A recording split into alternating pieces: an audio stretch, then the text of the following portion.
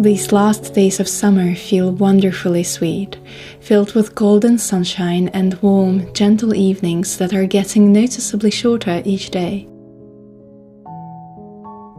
It's the time between summer and autumn, the most nostalgic yet beautiful time.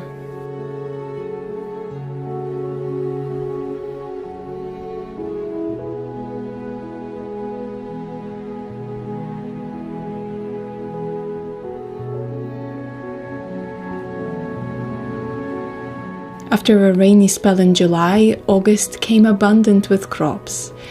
I'm beginning to harvest my very few cherry tomatoes, picking bit by bit each day. Almost none of them ever end up on the table as they go straight into my mouth from the bush. Tomatoes are sweet and juicy, almost like berries. This is the second batch I've ever grown, and I am now dreaming of a bigger garden to fill with all sorts of fruits and veggies one could possibly imagine. There is something so rewarding in it, and only very recently I realized how much I'm enjoying the process of seeing nature come to life like that.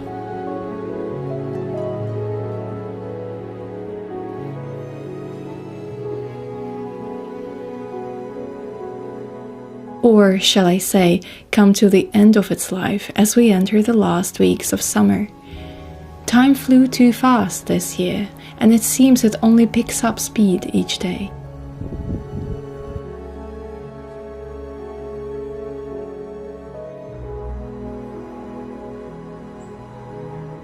Apples are slowly ripening. A sweet scent of plum cherries permeated through the air.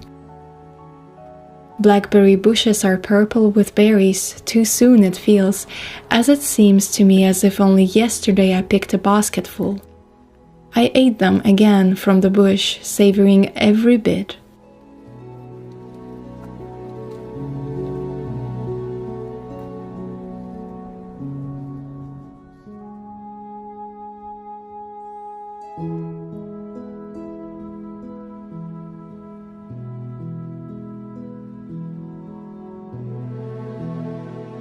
The evening came with a wonderful pink sunset.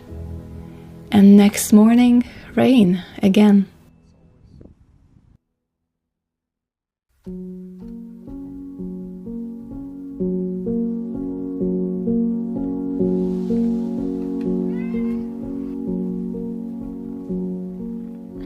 I stayed at home and decided to try a new hobby.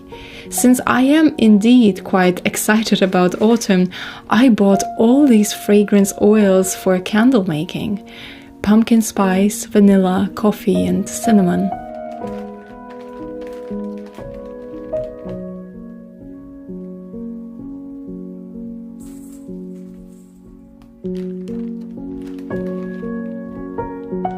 On this rainy grey day, I stayed at home listening to music and making candles to keep me bright and warm in the coming darker months.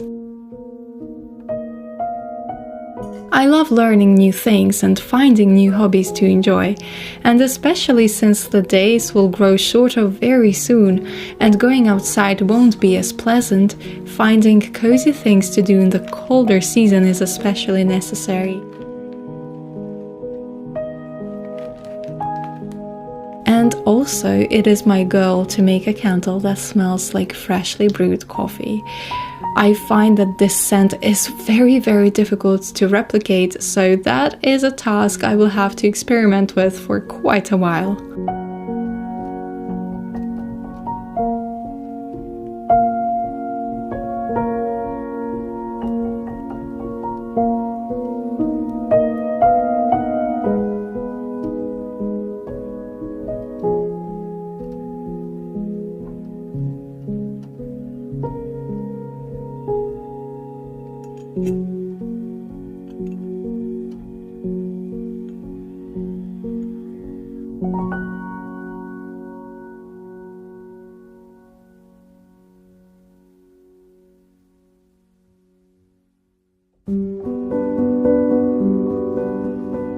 I've become a little too much of a homebody lately. Staying in the comfort of my house, doing things by hand in the quiet of my own secluded space. That's my method of coping.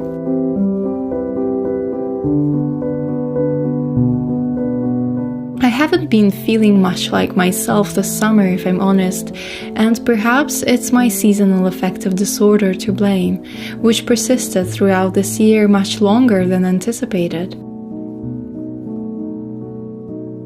I get equally affected by the changes in seasons as when seasons don't change much at all. This sameness that happened this year in England felt a little bit daunting. The blur of gloomy winter turning into cold spring, then into rainy summer, cancelled bucket list plans, memories that weren't made. You know, sometimes when you look at things this way, at all the things that didn't happen, at all the things that didn't go according to plan, it may seem that there is nothing good to look back at all.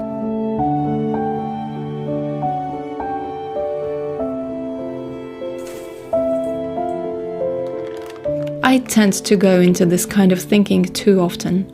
One negative comment could override hundreds of positive ones. One stumble on the way could make an entire journey miserable. A few months of rain make me feel like life is dreadful.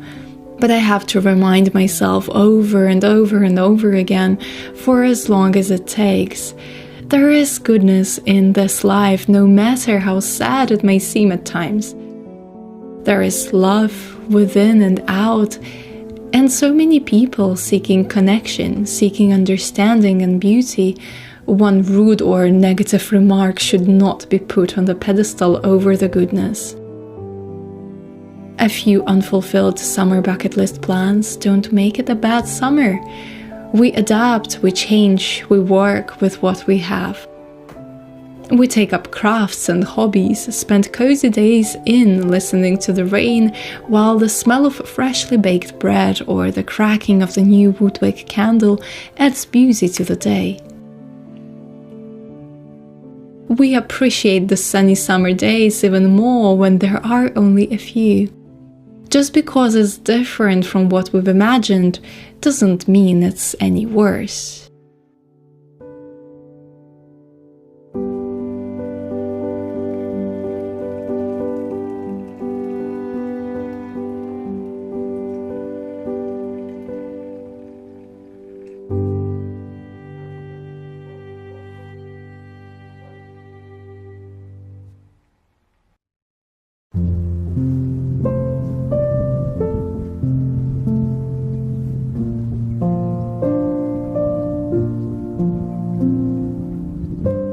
These last days of August are so very special. They are a prequel to an even more wonderful, adventure-filled story yet to come. A story that is autumn, but I don't want to keep rushing time.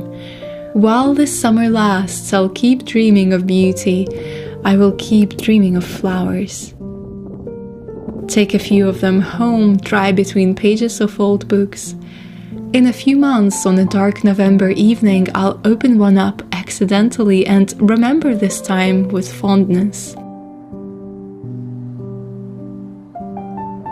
The summer where everything came in a handful of sunny days, of ripe juicy berries that barely fit in my palm, of people I opened my heart to. It was a beautiful, memorable time.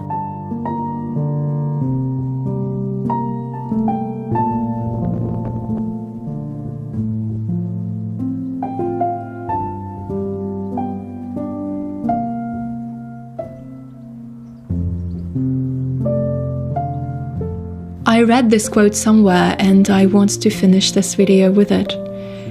A beautiful life is not stumbled upon, it is built, it is chosen, it's nurtured over the years. I'm not going to rush it for now and simply continue making my days soft and cozy while August lasts.